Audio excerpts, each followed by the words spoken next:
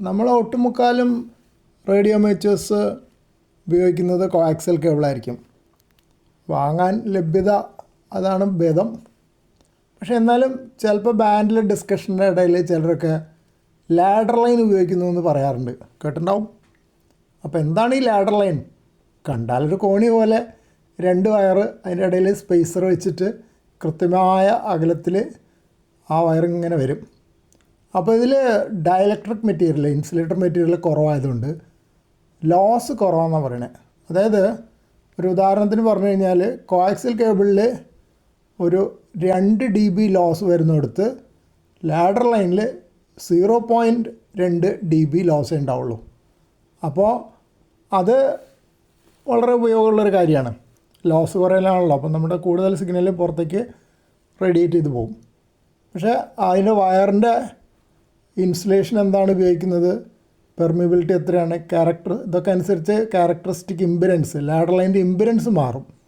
പിന്നെ വയറിൻ്റെ സ്പേസിങ്ങും വയറിൻ്റെ ഡയമീറ്ററും തമ്മിലുള്ള റേഷ്യോ, പിന്നെ കണ്ടക്ഷൻ വഴി എത്ര ലോസ് ഉണ്ടെന്നുള്ളതൊക്കെ അനുസരിച്ചിട്ട് സാധാരണ ഇമ്പിഡൻസ് ലാഡർ ലൈനിന് നമ്മുടെ കോആക്സിൻ്റെ പോലെ 50-75 അങ്ങനെ കൃത്യമല്ല.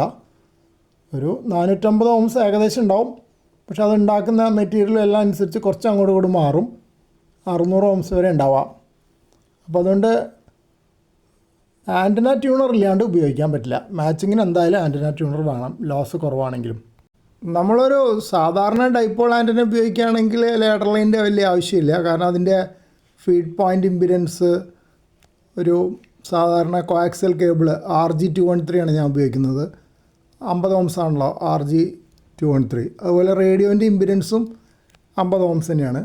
ഫീഡ് പോയിൻ്റ് നമ്മൾ ഒരു 1:1 കറണ്ട് ബാലൻസ് ഉപയോഗിക്കും. ഈ കാണിച്ചിരിക്കുന്നത് ഒരു ഫാൻ ഡൈപ്പോളാണ്, 40-10 മീറ്റർ രണ്ടിനും കൂടിയുള്ളതാണ്. അപ്പോൾ ഇതിന് ലാഡർ ലൈൻ ഉപയോഗിക്കുന്നതിൽ വലിയ അർത്ഥമില്ല. ലാഡർ ലൈൻ ഉപയോഗിച്ചാൽ എനിക്ക് ട്യൂണർ വേറെ വേണ്ടി വരും. അപ്പോൾ ലാഡർ ലൈൻ ഇല്ലാണ്ട് തന്നെ ഉപയോഗിക്കാം. അത് റെസൊണൻറ്റ് ബാൻഡ്സിൽ ഉപയോഗിക്കുകയാണെങ്കിൽ, ഇപ്പോൾ 40-10 മീറ്റർ ഡൈപ്പോളാണെങ്കിൽ 40 മീറ്ററിൽ വർക്ക് ചെയ്യും. അതിൻ്റെ തേർഡ് ഹാർമോണിക് 15 മീറ്ററിൽ വർക്ക് ചെയ്യും. പിന്നെ 10 മീറ്ററിലും വർക്ക് ചെയ്യും. ആ ബാൻഡുകളിൽ ലാഡർ ലൈനിന് പ്രത്യേകിച്ച് അഡ്വാൻറ്റേജ് ഒന്നുമില്ല. ആ സമയത്ത് വേറെ ബാൻഡുകളിൽ വർക്ക് ചെയ്യണമെങ്കിൽ നമുക്ക് ആൻറ്റന ട്യൂണർ വേണം. അപ്പോൾ അങ്ങനെ ആൻറ്റന ട്യൂണർ അത്ര മാച്ചിങ് അല്ലാത്ത ആൻറ്റനയ്ക്ക് ഉപയോഗിക്കുമ്പോൾ നോൺ റെസൊണൻറ്റ് ബാൻഡ് എന്ന് പറയും. കുറച്ച് SWR ഉണ്ടാവുമല്ലോ ലൈനിൽ. ആ ലൈനിലുള്ള SWR കാരണം കുറേ സിഗ്നൽ ആൻറ്റനയിൽ നിന്ന് റേഡിയോയിലേക്കും തിരിച്ചും ഇങ്ങനെ അങ്ങോട്ടും ഇങ്ങോട്ടും റിഫ്ലക്ഷൻസ് ഉണ്ടാവും, മൾട്ടിപ്പിൾ റിഫ്ലക്ഷൻസ് ഉണ്ടാവും. അപ്പോൾ അങ്ങനെ മൾട്ടിപ്പിൾ റിഫ്ലക്ഷൻസ് ഉണ്ടാകുമ്പോൾ